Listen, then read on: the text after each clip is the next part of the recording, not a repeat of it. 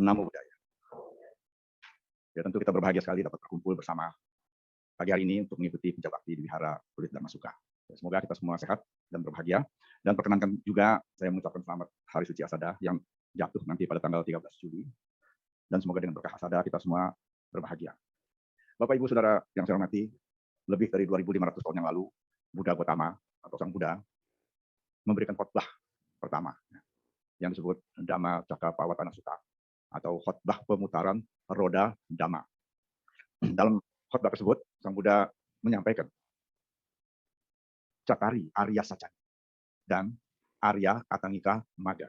Nah, di situ kita mendengar kata Arya. Nah, apakah makna dari kata Arya itu? Tentu ada di antara saudara-saudara yang bernama Arya. Ya. Banyak nama Arya dipakai oleh umat Buddha karena memang mengandung arti yang bagus. Nah, Bapak Ibu, saudara yang saya hormati, Arya itu dulunya merupakan satu kata yang dipakai untuk identitas diri dari suatu suku bangsa. Itu tapi dulu sekali ya, ribuan tahun yang lalu. Ada suku bangsa Indo-Iranian, Indo-Iranian. Jadi dari Persia. Merupakan suku bangsa yang kemudian menjadi Indo-Aryan, bermigrasi ke India Utara. Pada waktu itu juga sudah ada penduduk di sana, yaitu suku bangsa Drawida. Nah, suku bangsa Indo-Iranian ini yang menjadi Indo-Aryan datang ke India Utara dan kemudian menetap di sana. Inilah yang kemudian menjadi suku bangsa yang menurunkan, salah satunya adalah Buddha Gautama. Dan ciri-cirinya memang agak sedikit beda dengan Drawida yang sebelumnya ada. Jadi seperti orang Persia lah gitu ya. Saya juga pernah orang Persia ya. Jadi seperti Arab, mancung, putih, tinggi ya. Jadi ciri-cirinya kira-kira seperti itu. Ya. Nah, yang Drawida ini barangkali sedikit gelap gitu ya. Kemudian mereka yang Drawida ini migrasi ke selatan. Jadi kita kenal sebenarnya Satya. Di sini Satya atau Satcha berarti kebenaran. Jadi diterjemahkan sebagai 4 kebenaran mulia. Kadang-kadang disebut juga 4 kebenaran suci, 4 kesunyataan mulia dan sebagainya. Tapi sekarang ya biasa diterjemahkan sebagai 4 kebenaran mulia. Kemudian ada istilah Arya Atangika Magga. Yang Arya di sini berarti nobel atau mulia. Atangika itu atta ya, ada atta itu 8. Ya, ada 8 unsur, 8 faktor. Ya, Arya Atangika, Atangikanya atta 8 dan sambungan itu menjadi 8 unsur ya. Dan Magga. Magga ini berarti jalan. Jalan ini di Indonesia menjadi marga. Maka saudara tentu tahu ada jasa marga ya. Kan ada jasa marga itu berarti yang berkaitan dengan jalan. Ada Direktorat Jenderal Bina Marga. Nah, marga ini juga berarti berkaitan dengan jalan. Jadi dalam bahasa Pali kan maga, tapi di Sanskerta menjadi marga. Nah, orang yang menjadi orang suci disebut Arya. Ya. Jadi kata Arya ini berkaitan dengan kesucian atau kemuliaan. Ya. Kalau seseorang sudah mencapai kesucian disebut Arya Pugala. Ya. Barangkali kita sih belum ya. Kita Putu Jana. Jadi para siswa Buddha yang sudah mencapai kesucian disebut Arya Sawaka. Ya. Para pendengar yang telah mulia atau Arya Pugala. Pugala berarti orang. Jadi orang yang sudah mencapai kemuliaan atau kesucian, Arya Pugala. Tapi kalau yang belum mencapai kesucian itu disebut Putu Jana. Jadi manusia ini terbagi atas 2, yang sudah mencapai kesucian, yang belum mencapai kesucian. Ya. Saya tidak tahu di antara saudara-saudara apa ada yang sudah suci atau belum ya. Tapi secara umum ada yang sudah suci disebut Arya Pugala. Ya. Ada yang belum suci disebut Putu Jana. Arya Pugala ini dalam agama Buddha menjadi Arya Sangga. Ya.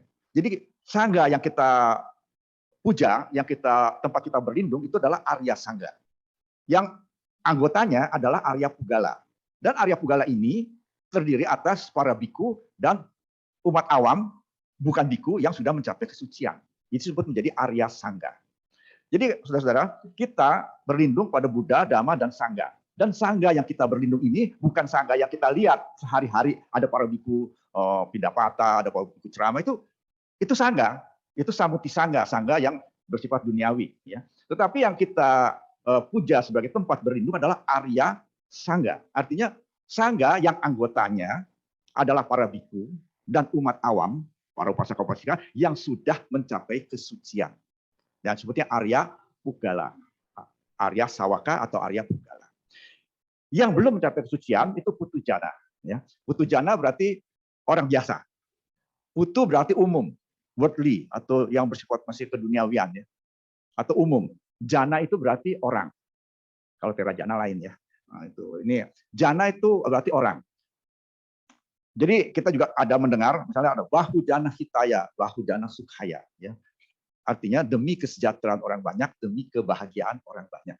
Jadi jana itu ada orang ya. Bahu jana itu berarti bahu berarti banyak, jana itu orang. Bahu jana berarti banyak orang. Bahu jana sukhaya, sukha itu kebahagiaan, kata ya itu berarti demi atau untuk. Jadi bahu jana sukhaya itu berarti demi kebahagiaan orang banyak. Bahu jana hitaya itu berarti demi kesejahteraan orang banyak. Itulah yang diucapkan oleh Sang Buddha pada waktu meminta 60 siswa Arya untuk menyampaikan dhamma kepada dunia. Ya. Bahu jana hitaya, bahu jana sukhaya. Demi kesejahteraan orang banyak, demi kebahagiaan orang banyak. Jadi jana itu berarti orang. Jadi putu jana berarti orang biasa. Orang umum yang seperti kita ini yang belum mencapai kesucian. Ya. Nah, tujuan umat Buddha itu adalah dari putu jana menjadi Arya. Ya.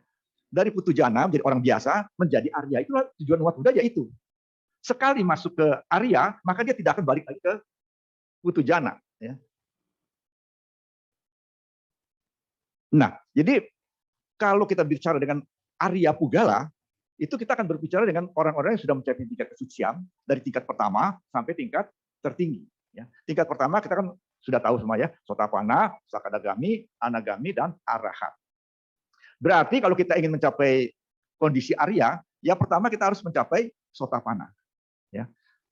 Jadi cita-cita umat Buddha kan menjadi orang suci. Ya. Dan orang suci itu dimulai dengan tingkat pertama, yaitu Sotapanna. Nah, mari kita lihat Sotapanna ini bagaimana. Ya. Ada yang mau jadi Sotapanna? Ya tentu cita-citanya mesti begitu. Kalau umat Buddha nggak mau jadi orang suci ya terus jadi putu jana terus ya tidak ada artinya ya. Dan dikatakan kalau orang sudah mencapai Sotapanna itu berarti dia sudah mendapat sesuatu yang lebih besar daripada jadi raja dunia, ya, ataupun jadi dewa, ataupun jadi Brahma. Ya.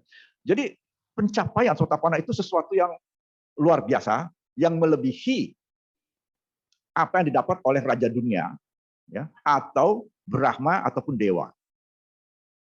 Karena apa? Nah, kita lihat nanti mengapa menjadi seorang Sotapanna itu sangat berharga. Ya.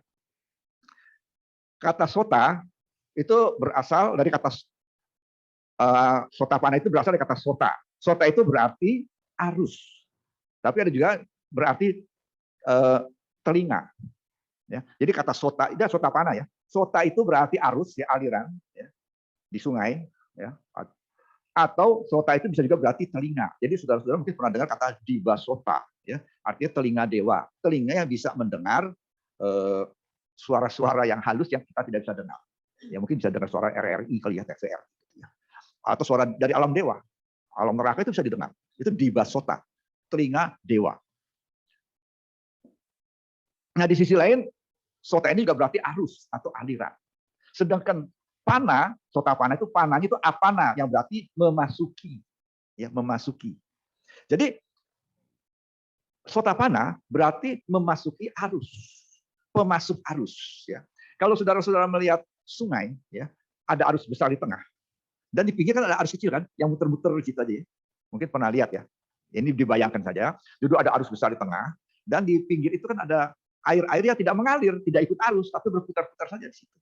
Nah kita kita itu putu jana itu yang belum masuk arus, kita masih berputar-putar di pinggir sungai, ya, putar aja di situ nggak habis-habis ya. Tetapi Sotapanna adalah orang yang sudah masuk ke arus utama di sungai itu yang sudah ngalir, dan begitu dia masuk ke situ, maka dia akan mengalir terus sampai akhirnya mencapai tingkat arahat dan tidak akan kembali ke pinggir-pinggir seperti kita ini, ya. Jadi agama Buddha itu mengajarkan orang supaya dari pinggir-pinggir yang tidak kena arus itu masuk arus di situ. Karena begitu masuk tidak akan kembali lagi dan akan terus mencapai tingkat arahat, walaupun bisa lama, bisa sebentar. Yaitu tergantung karmanya masing-masing. Jadi itulah maknanya mengapa menjadi seorang Sotapanna itu begitu berharga. Karena begitu masuk arus, dia tidak akan kembali lagi dan dia tidak akan lagi mengalami penderitaan fisik seperti kita. Jadi tidak akan lagi terakhir di alam apaya. Alam apaya itu jadi alam yang tidak ada kebahagiaan. Apaya. alam yang tidak ada kebahagiaan, yaitu alam neraka, alam asura, alam peta, dan alam binatang. Itu alam apa ya? Tidak akan terlahir di alam situ. Ya. Nah, mengapa begitu ada ceritanya lagi. Ya. Jadi sampai sini kan sudah jelas ya. Jadi begitu hebatnya, begitu luar biasanya kebahagiaan bisa masuk menjadi pemasuk arus, karena tidak akan kembali lagi ke orang biasa. Nah, orang yang sudah mencapai sotapanna ya, itu bisa biku, bisa juga umat biasa, ya, bisa umat biasa. Dan umat biasa yang menjadi sotapanna itu bisa tetap hidup seperti umat biasa aja, tidak beda, ya, tidak beda.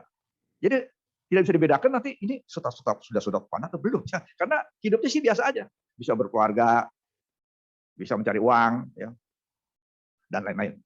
Entah kita ceritanya. Tapi kita sekarang ingin melihat tentang sotapanna ini lebih dalam. Jadi dikatakan sotapanna ini ya, ya kita kan belum, tapi kan mau. Nah, jadi kita mesti bayangkan nanti kalau jadi sotapanna gimana gitu. Nah, sotapanna ini dikatakan apa? Sudah terbuka mata dhamma, ya. Sudah terbuka mata dhamma atau dhamma caku, ya. Caku kan mata, ya, jadi dhamma caku. Jadi orang yang sudah mencapai sotapanna itu mata dhammanya sudah terbuka. Apa artinya? Dia sudah bisa melihat segala sesuatu timbul itu saling bergantungan. Itu yang disebut paticca samuppada. Ya. Jadi dia sudah melihat kalau ini terjadi, terjadilah ini. Kalau ini terjadi, terjadilah ini. Tidak ada sesuatu apapun yang tidak ada sebabnya. Ya. Seseorang terlahir, ada sebabnya. Seseorang ingin sesuatu, ada sebabnya. Seseorang menderita, ada sebabnya. Segala sesuatu itu ada sebabnya. Dan sebab itulah yang diajarkan Sang Buddha dalam paticca samuppada. Dan kalau orang sudah bisa melihat ini, maka dia sebetulnya sudah mencapai keadaan sotapanna. Ya, sotapanna sudah mengerti ini. Ya. Jadi dengan itu maka dia tidak bisa lagi kembali ke alam orang biasa, ya. Karena apa? Dikatakan katanya ya batin seorang sotapanna itu beda dengan kita, ya. Ada on off-nya, ya. Ada on off-nya. Kalau kita ya orang biasa nih, kita kadang-kadang tidak bisa mengendalikan diri, ya. Kalau kita lagi marah, ya lupa diri kan, sampai memaki-maki orang yang kasar, sampai membunuh, sampai menyakiti orang yang menyebabkan kelahiran di alam bawah. Ya. Tapi kalau seorang sotapanna ada on off-nya. Begitu timbul sesuatu yang membuat dia ingin untuk berbuat kejahatan yang bisa menyebabkan kelahiran di alam bawah, langsung bekerja on off-nya itu. Stop. Tidak terjadi. Ya. Jadi dia tidak bisa melakukan sesuatu perbuatan yang menyebabkan kelahiran di alam yang buruk. Nah, ini ada on off-nya itu. Kalau kita kan belum, kita nggak punya. Jadi makanya banyak orang yang orang biasa ya membunuh, mencuri dan sebagainya. Tapi kalau seorang sotapanna dia sudah ada sistem, dia kayak ada setelan on off gitu. Ya, begitu timbul sesuatu yang membuat dia ingin mencelakai orang atau apa sehingga terjadi alam neraka, langsung bisa terjaga. Begitu juga dalam diri seorang sotapanna itu sudah ada mekanisme yang membuat perbuatan buruk di masa lampau yang menyebabkan seseorang itu bisa terlahir di alam bawah, itu terputus, tertahan. Tidak bekerja lagi. Ya. Kalau kita mempunyai perbuatan buruk di masa lalu, ya, walaupun kita tidak lakukan sekarang, tapi dulu di kehidupan yang lampau punya perbuatan buruk yang bisa menyebabkan kelahiran di alam bawah, akan bekerja. Tetapi kalau sudah mencapai sotapanna, maka perbuatan buruk di masa lalu yang bisa menyebabkan kelahiran di alam bawah, itu terputus, tertahan. Nah, itulah makanya kelebihan yang sedemikian rupa membuat sotapanna itu sedemikian tinggi nilainya dibandingkan dengan alam dewa, Brahma maupun raja dunia. Ya. Begitu menjadi sotapanna, dia sudah tidak mungkin lagi dia akan terjatuh. Ya. Itulah hebatnya. Ya. Dan dikatakan juga sotapanna ini itu bagaikan seseorang yang sudah melihat nibbana. Kalau kita kan belum. Ya. Kita kan belum melihat nibbana. Ibaratnya ya. Nibbana itu adalah puncak gunung. Ya. Ibaratnya ya, ini ibarat. Nibbana itu adalah puncak gunung yang indah. Kita sebagai putujana atau orang biasa, itu cuma mendengar aja. Oh, nibbana, bagus, bahagia sejati dan sebagainya. Tapi tidak pernah melihat. Tidak pernah melihat puncak gunung itu yang bagus. Itu cuma mendengar. Ya, mendengar ada puncak gunung bagus. Nanti kita ke sana. Ya. Nanti kita akan menuju ke sana. Tetapi, sotapanna itu sudah melihat dengan matanya sendiri puncak gunung itu. Tidak cuma mendengar. Maka dikatakan sotapanna itu sudah pernah melihat nibbana sekilas. Belum penuh, sekilas sudah melihat. Jadi ibaratnya dia sudah melihat puncak gunung yang dituju.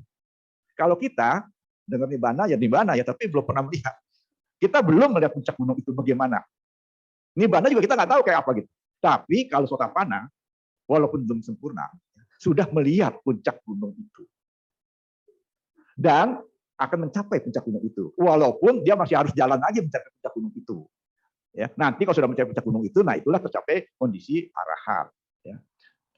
Kita sih baru dengar aja ya. Kita mendengar ada Nibbana kebahagiaan tertinggi, tapi belum merasakan, belum melihat, belum mengecap.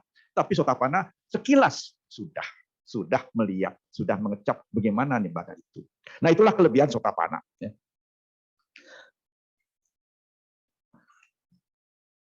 Nah, kalau gitu apa yang harus kita lakukan supaya mencapai Sotapanna? Ya mestinya kan gitu. Jadi semua umat Buddha cita-citanya kan orang suci, kesucian, kebahagiaan. Ya otomatis kalau kesucian mencapai kebahagiaan gitu. Ya. Jadi kesucian tertinggi, kebahagiaan tertinggi. Nah, Sotapanna ini tentu harus diusahakan untuk dicapai. Ya. Ya, untuk itu secara teori ada 3 belenggu yang kita harus hilangkan. Nah, kita harus tahu belenggu ini apa yang harus dihilangkan. Yaitu pertama Sakaya Ditti. Ya.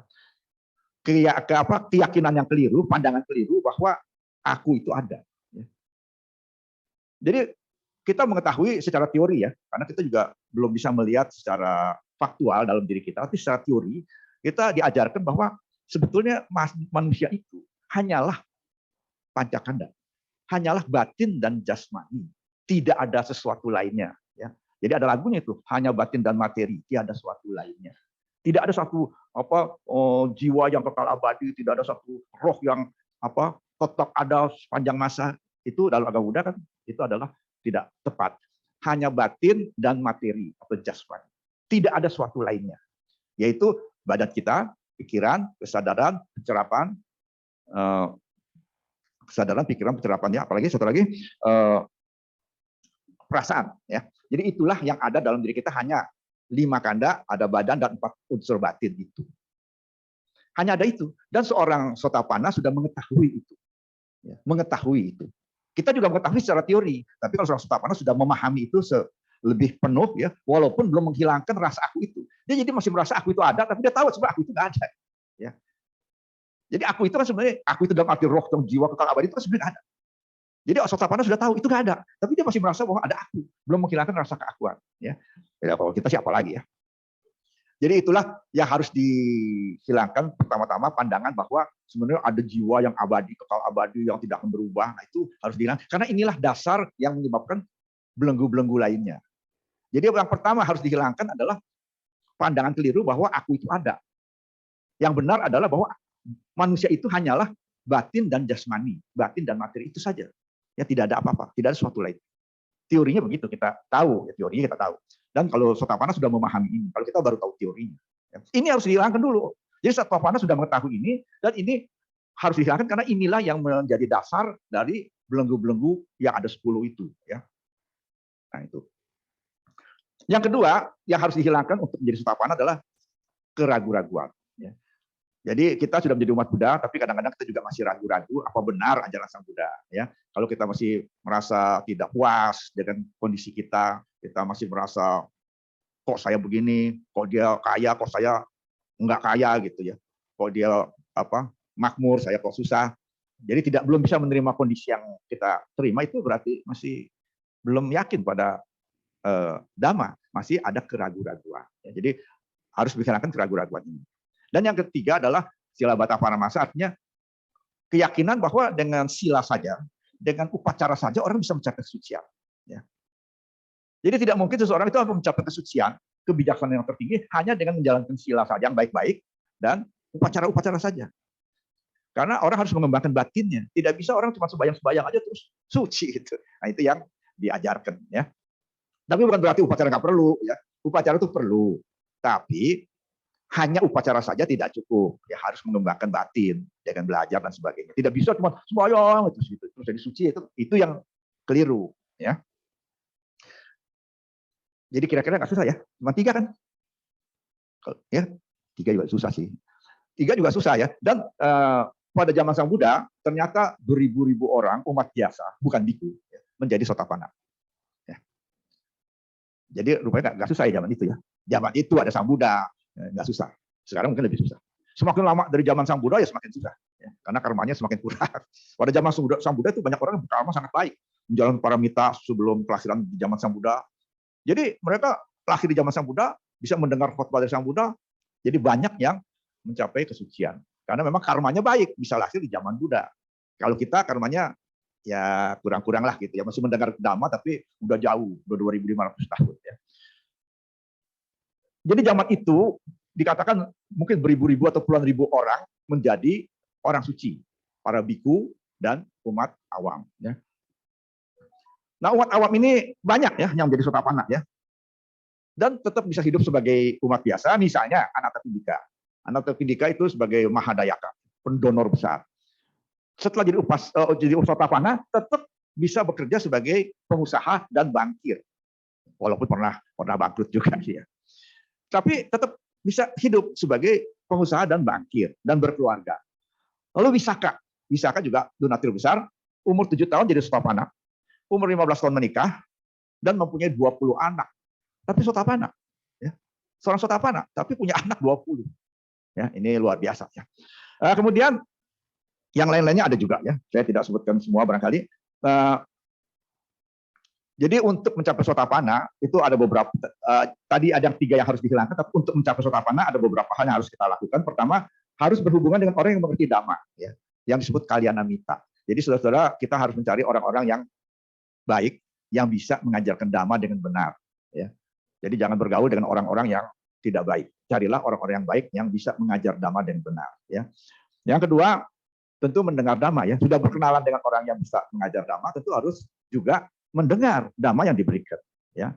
Lalu memberikan perhatian yang benar yang disebut Yoniso Manasikara, dan terakhir adalah melaksanakan Dhamma yang diajarkan itu, ya. Jadi berkenalan dengan orang yang bisa mengajar Dhamma dengan baik, mendengarkan Dhamma, memberi perhatian yang tepat, dan menjalankan Dhamma itu sesuai dengan ajaran.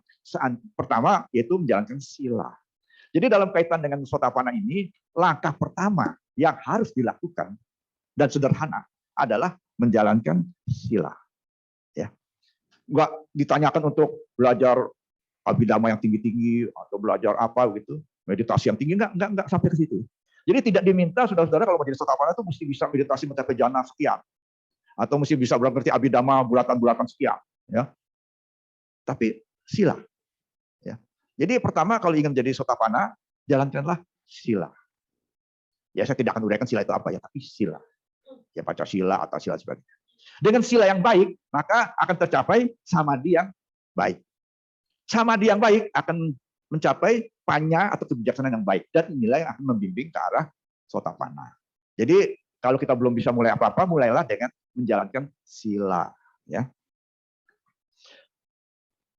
Jadi seorang Sotapanna itu sudah mencapai kondisi demikian, mempunyai keyakinan yang tidak tergoyahkan lagi. Ya. Jadi beda dengan kita atau beda dengan umat biasa, itu kadang-kadang keyakinannya berubah. Ada yang pindah agama, ya, ada yang tidak percaya Buddha. Tetapi begitu jadi Sotapanna, sudah tidak tergoyahkan lagi keyakinannya terhadap Buddha, Dhamma, dan Sangha sampai akhir hidupnya. Ya. Tetapi kehidupan seorang Sotapanna itu juga walaupun nilainya begitu tinggi, tapi kehidupannya biasa aja. Ya. Tidak bisa dibedakan secara langsung dari perilakunya. Seorang Sotapanna itu masih bisa bernyanyi, ya. Jadi kalau sudah bernyanyi, jadi jangan takut, wah saya bukan Sotapanna, masih nyanyi. Gitu. Seorang Sotapanna bisa bernyanyi. Ya. Ada seorang yang berdana besar, gembira, dia bernyanyi untuk menyatakan kegembiraannya. Ya. Tetapi ada juga Sotapanna yang nangis. Ya. Jadi seorang Sotapanna itu walaupun dia sudah mengerti bahwa jiwa itu sebenarnya tidak ada kekal, hanya batin dan materi, tapi belum bisa menghilangkan rasa akunya. Beda dengan arahat ya. Arahat sudah tidak ada rasa aku. Tapi kalau Sotapanna masih ada rasa aku. Masih bisa sedih. Ya. Jadi misalnya Anathapindika menangis ketika anak perempuannya Sumana Dewi meninggal. Ya. Kemudian yang Arya Ananda itu kan sudah mencapai kesucian Sotapanna juga. Belum arahat. Pada waktu Sang Buddha meninggal. Parinibbana. Itu juga menangis. Ya. Jadi seorang biku yang sudah mencapai Sotapanna pada waktu Buddha parinibbana atau wafat, nangis. Jadi seorang Sotapanna masih bisa nangis. Ya. Jadi saudara kalau masih bisa nangis, jangan khawatir, barangkali Sotapanna yang nangis. Ya. Ada juga Mahanama. Mahanama ini juga sudah Sotapanna, seorang sanak keluarga Buddha. Sudah Sotapanna. Tapi dia bisnis. Marah-marah, suka marah. Jadi walaupun dia sudah Sotapanna, masih suka marah. Dan memaki karyawannya. Ya berteriak pada karyawannya. Sampai akhirnya dia juga bingung. Kok saya Sotapanna aja tetap. Saya udah bilang saya Sotapanna. Tapi kok masih marah. Gitu ya. Ternyata memang seorang Sotapanna itu kan menghilangkan 3 itu. Sakayaditi, keyakinan aku yang keliru, keraguan-raguan, dan Silabata Parama saja, keyakinan bahwa upacara saja bisa membuat orang menjadi suci. Tapi belum menghilangkan kama canda dan belum menghilangkan patiga atau vyapada. Jadi nafsu indrianya masih ada, ya. Misal masih demen misalnya makan enak gitu ya. Nggak tahu lah kalau di Pluit itu makanan yang enak apa, saya nggak tahu. Jadi kalau sudah masih makan enak, jangan khawatir, mungkin masih Sotapanna suka makan enak. Ya. Masih suka makan enak, menikmati. Ya. Maka masih bisa berkeluarga, masih bisa suami istri dan sebagainya. Karena nafsu indri atau kama canda masih ada. Ya. Masih bisa kepingin enak, pengen makan, pengen jalan-jalan. Dan belum juga menghilangkan vyapada atau patiga, yaitu rasa kemarahan atau kebencian. Ya. Keinginan jahat. Jadi masih bisa marah. Ya. Nanti kalau pada tahap berikutnya Sakadagami, Anagami, nah barulah itu dikurangi. Maka kalau Sotapanna masih bisa hidup berkeluarga seperti biasa. Tapi begitu dia menaik jadi Sakadagami, naik tingkat, itu biasanya sudah tidak lagi berkeluarga. Karena sudah tidak lagi keinginan untuk keinginan indria udah nggak ada dalam hal ini ya. Nafsu indria sudah sangat berkurang. Kalau Anagami juga sudah hilang nafsu indria. Jadi kalau cuma Sotapanna masih bisa hidup berkeluarga. Ya. Jadi itulah cerita tentang Sotapanna yang merupakan tingkat Arya pertama. Jadi saudara-saudara sekarang sudah bisa bayangin nih kalau saudara jadi Sotapanna ya kira-kira kayak begitu. Masih bisa nyanyi, bisa marah, ya, bisa nangis, tapi pengertiannya sudah lebih bagus. Akhirnya, jadi kita mengetahui bahwa kata Arya itu berarti mulia. Jadi dalam sehari-hari kita harus hati-hati mempergunakan kata mulia dalam percakapan agama Buddha di kita. Jadi kita tidak bisa menyebut yang mulia atau yang Arya kepada orang-orang yang belum mencapai kemuliaan atau kesucian. Ya. Kata mulia, yang mulia ini secara bahasa Indonesia itu terjemahan dari His Highness atau His Holiness ya, dalam bahasa. Jadi secara kemasyarakatan yang mulia adalah terjemahan dari His Holiness atau His Highness. Jadi itu ada gelar untuk bangsawan. Ya. Jadi kalau di negara tetangga ada orang yang punya, ada bangsawan-bangsawan dikasih gelar yang mulia. Bahkan ada yang teramat mulia, YTM. Jadi di negara tetangga yang buat kita. Di negara tetangga ada istilah YTM, yang teramat mulia. Atau YM yang mulia, itu gelar bangsawan. Dan tidak bisa dipakai oleh umat biasa. Itu mesti ada jenjang bangsawannya. Jadi istrinya bangsawan ini, pangeran atau apa. Itu hanya untuk bangsawan. Ya. Nah, tetapi untuk pejabat tinggi ya atau raja, itu juga yang mulia. Terjemahannya dari His Highness. Ya, atau His Royal Highness. Jadi kita bisa katakan yang mulia Raja Belgia misalnya, yang mulia Ratu Inggris. Itu nggak salah karena dari terjemahan Her Highness atau His Highness. Nah, dalam keagamaan juga dipakai His Holiness. Ya. His Holiness bukan berarti dia suci, tapi hanya sebagai gelar, sebutan, penghargaan untuk jabatan yang paling tinggi. Biasanya yang pakai His Holiness itu cuma beberapa orang, ya, yaitu Paus. Ya. Kita bisa katakan yang mulia Sri Paus. Atau Dalai Lama. HH Dalai Lama. His Holiness Dalai Lama. Itu bukan berarti dia suci. Holiness itu berarti cuma gelar. Ya. His Holiness. Di Indonesia kan menjadi yang mulia Dalai Lama. Kadang-kadang juga His Holiness itu Sanggaraja. Ya. Di Thailand ada biku yang menjadi Sanggaraja itu juga His Holiness. Jadi pejabat-pejabat yang paling tinggi dalam keagamaan itu His Holiness. Di Indonesia kan menjadi yang mulia. Jadi itu gelar jabatan, bukan orangnya. Kalau sudah nggak jabat lagi kan disebut yang mulia lagi atau His Holiness lagi.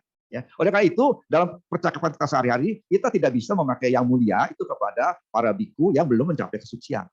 Kita boleh pakai untuk yang sudah mencapai kesucian, misalnya yang Arya Sariputta, ya. Yang mulia Moggallana, yang mulia Ananda. Itu boleh, karena sudah Arya itu sama dengan mulia dalam arti Arya Pugala, sudah mencapai kesucian. Oleh karena itu, kalau orang yang belum mencapai kesucian dalam konteks agama Buddha, ya, bukan dalam konteks sosial kemasyarakatan, kita tidak bisa memakai yang mulia. Ya. Jadi kalau para biku biasa, kita sebenarnya nggak boleh pakai yang mulia karena menganggap dia sudah suci, sudah yang Arya. Yang Arya itu atau yang mulia itu hanya untuk para biku yang sudah Arya Pugala, yang sudah mencapai kesucian. Jadi oleh karena itu kepada para biku kita menyebutnya Bante aja. Bante itu berarti sudah venerable, yang dihormati, yang dimuliakan, venerable. Ya. Maka kalau di luar negeri itu biasanya apa, venerable apa. Itu sudah Bante artinya. Jadi kalau kita menyebut Bante berarti venerable, berarti yang penghormatan. Jadi yang dihormati itu adalah Bante. Jadi kita tidak perlu mengatakan kalau Bante itu yang mulia. Karena kalau tersebut yang mulia berarti kita sudah menyamakan dengan Arya Sariputta atau yang Arya Moggallana. Sudah mencapai kesucian. Nah demikianlah Bapak-bapak, Ibu, saudara-saudara yang saya hormati, mudah-mudahan apa yang saya uraikan di sini dapat membuat kita memahami lebih dekat tentang makna Arya atau kesucian, kemuliaan yang bisa dicapai oleh umat awam seperti kita. Ya, tujuan kita kan mencapai ke sana. Jadi saya sampaikan ini mudah-mudahan kita mendapat gambaran, oh kalau itu bagaimana harapan saya untuk mencapai kesucian. Ada belenggunya, ada hal yang harus saya lakukan untuk mencapai itu. Ya, mudah-mudahan apa yang saya sampaikan ini bermanfaat untuk kita dalam upaya kita menuju cita-cita umat Buddha itu mencapai kesucian. Terima kasih. Semoga kita semua berbahagia. Sukhi Hotu. Nama budaya Romo, pertanyaan pertama. Romo, kemana seseorang Sotapanna akan lahir setelah meninggal? Apakah seperti Putu Jana juga? Kemana seseorang Sotapanna akan lahir setelah meninggal? Apakah seperti Putu Jana juga? Ya, terima kasih. Seorang Sotapanna kalau meninggal tentu dia akan terlahir kembali. Cuman bedanya dengan Putu Jana, dia tidak akan terlahir kembali di alam apaya atau alam rendah. Tapi tetap akan terlahir kembali di alam yang lebih tinggi daripada alam rendah itu. Ya, misalnya bisa di alam manusia atau alam dewa. Sekira itu. Pertanyaan kedua, setelah mendengarkan penjelasan tentang Sotapanna, sepertinya seorang biku lebih mudah untuk mencapai Sotapanna daripada umat awam ya, Romo? Iya, tentu saja. Ya. Jadi seorang biku itu adalah orang-orang yang ingin mencapai kesucian segera dalam kehidupan sekarang ini. Ya, bukan berarti yang umat awam tidak bisa, tapi memang sebagai biku kesempatan untuk berlatih diri kan lebih banyak.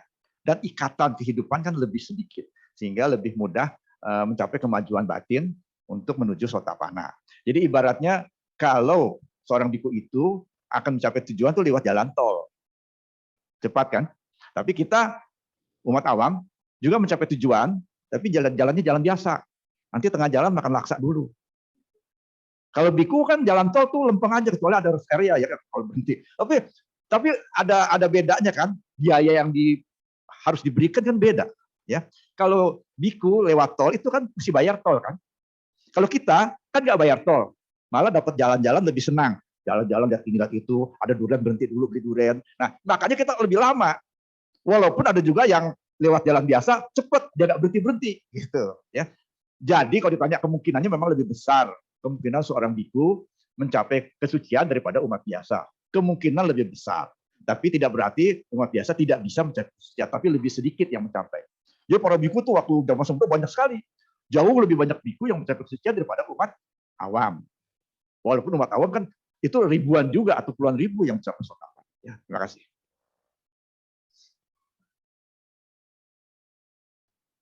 Pertanyaan berikutnya, nama budaya Romo, hal pertama apa yang harus dilakukan seseorang umat supaya bisa mencapai Sotapanna?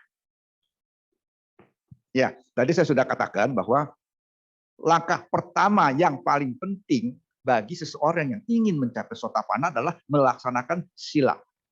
Itu yang nomor satu. Yang kedua, mendengar dhamma. Nah, mendengar dhamma itu tadi sudah diuraikan bahwa dia harus mencari orang yang dapat mengajar dhamma dengan baik. Lalu dia mendengarkan dhamma itu, ya, dan dia harus mengamati dengan teliti bagaimana pelaksanaan dhamma itu. Ya, jadi kalau ditanya apa yang paling penting nomor satu, yaitu sila. Ya, melaksanakan sila itu nomor satu. Yang kedua, dia mendengar dhamma dengan berbagai cara. Ya, tapi dhamma yang benar, ya, jangan dhamma yang keliru. Ya, saya kira itu aja. Ya, terima kasih.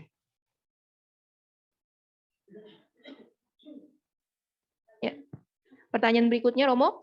Nama budaya Romo, saya ingin tanya, Sotapanna sudah bisa menyadari untuk tidak melakukan perbuatan jahat, tapi masih belum bisa menghilangkan keakuan. Jadi apakah bisa disimpulkan kalau sifat Sotapanna itu seperti orang baik yang suka melakukan kebajikan? Ya, tentu ya. Kalau kita melihat Sotapanna dari luar, dia adalah orang baik. Cuman bedanya dengan manusia biasa seperti kita adalah dia tidak pernah melakukan suatu perbuatan yang membuat terjatuh ke alam apaya. Itu aja beda. Jadi kalau kita tidak menyadari, dan banyak orang yang tidak sadar, itu kadang-kadang melakukan suatu perbuatan yang menyebabkan terlahir ke alam rendah. Tetapi kalau Sotapanna bedanya, dia tidak pernah melakukan sesuatu yang menyebabkan dia terlahir ke alam rendah. Walaupun masih bisa marah, masih bisa menangis, masih bisa bernyanyi. Nah, itu bisa. Jadi cuma beda di situ aja.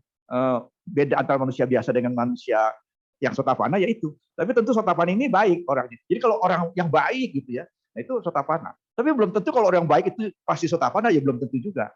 Mungkin memang dia orang baik, tapi belum tentu Sotapanna. Sotapanna itu berarti batinnya sudah mengerti tentang keakuan yang hanya batin dan materi, bahwa makhluk itu hanya batin dan materi. Tapi ada juga orang baik, tapi akunya juga ada gitu.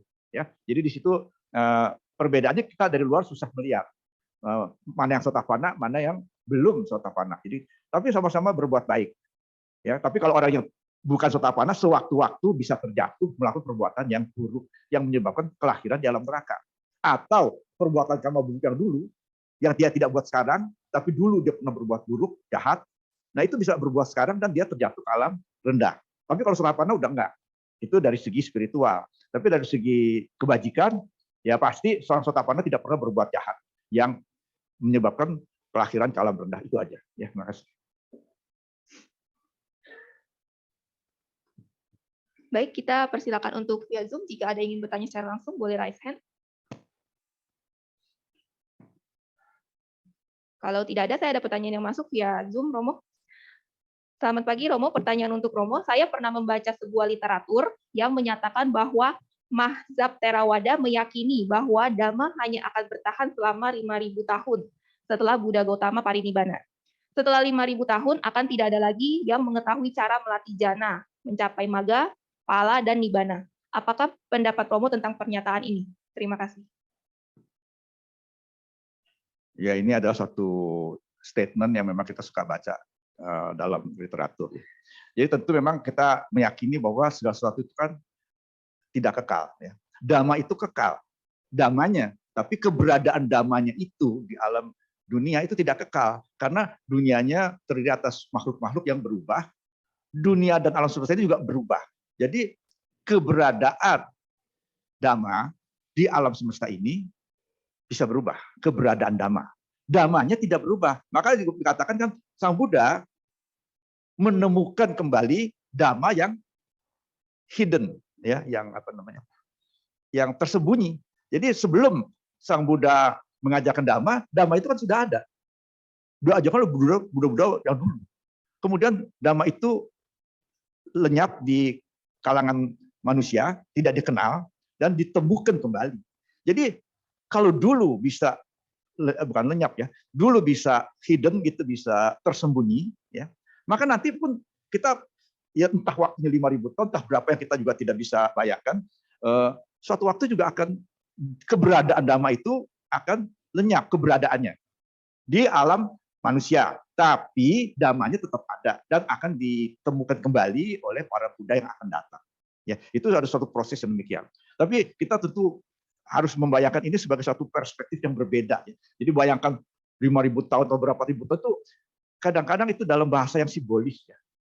Jadi kita tidak bisa mengartikan kata-kata yang tertulis itu secara harafiah begitu saja. Ya. Itu ada perspektif yang beda. Ya. Yang sulit digambarkan, misalnya gini, dunia ini bulat atau datar? Kalau surga gimana? Jadi bayangkan itu saja udah susah. Jadi kita kalau misalnya gini, dunia kita kan berputar ya. Ya setuju nggak kalau dunia kita berputar? Setuju. Surga di mana kita? Di atas kita kan? Kan surga di atas kan? Jadi berarti surga ikut putar. Ya nggak? Setuju nggak? Dunia kita putar.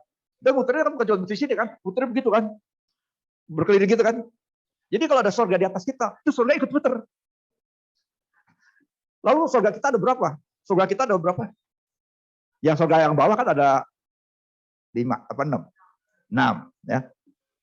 Nah, itu ikut putar semua. Iya enggak? Kalau dengan pola pikir kita yang terbatas, itu kita mikirnya jadi bingung itu. Dunia muternya begini. Ini ada surga ikut putar. Dewanya pusing juga ikut muter. Jadi maksudnya ini, kata-kata dalam kitab itu kadang-kadang tidak bisa kita terjemahkan dengan bahasa kita. Ya, sama seperti nibbana. Setelah nibbana, parinibbana, orang itu ada apa nggak ada? Itu di luar perspektif pikiran kita. Ya, karena tidak lagi ada perspektif ada dan tiada. Jadi contohnya gini, ada sederhana ya. Ini maksudnya menggambarkan bahwa kata-kata itu jangan terlalu harfiah diterjemahkannya. Misalnya gini, kita kenal nggak ada siang dan malam di dunia? Setuju? Ada siang, ada malam kan? Coba kalau saudara naik pesawat luar angkasa di atas orbit dunia, di luar dunia, ada nggak siang dan malam? Nggak ada kan? Jadi gimana ngitungnya hari ini? Ya, jadi itulah saya setuju bahwa ada kata-kata seperti itu 5.000 tahun, tak apa itu oke, ya kita terima, ya. Tetapi kita harus terima itu sebagai satu perspektif yang di luar daya jangkau kita. Kan kalau kita bilang 5.000 tahun, kita kan udah mati ya, ya kan? Kita udah nggak terjangkau lagi. Jadi kita hanya menerima itu sebagai pengetahuan, tapi kita tidak bisa memahami secara mendalam. Ya kita terima aja bahwa secara teoritis tentu dhamma itu akan tidak dikenal lagi, itu pasti. Karena dulu pun begitu. Jadi dulu begitu, nanti juga begitu, tapi nanti ada Buddha lagi datang untuk mengajarkan dhamma dan seterusnya itu. Nah, sampai kapan? Begitu terus, yaitu di luar perspektif kita. Jadi pikiran kita tidak sanggup untuk mencapai itu. Ya. Jadi pikiran kita sebenarnya kalau bisa sih, malah sebenarnya saya katakan dalam agama Buddha tuh jangan mikirin yang jauh-jauh lah, dunia tercipta gimana, dhamma akan hilang apa enggak. Ya, yang penting jadilah sotapanna cepat-cepat gitu. Ya, itu yang lebih penting sebetulnya bagi kita ya. Memikirkan 5.000 tahun yang akan datang dari bagaimana itu oke aja. Setuju aja, tapi apakah terjangkau dengan batin kita yang sederhana ini? Ya mungkin tidak. Ya, terima kasih.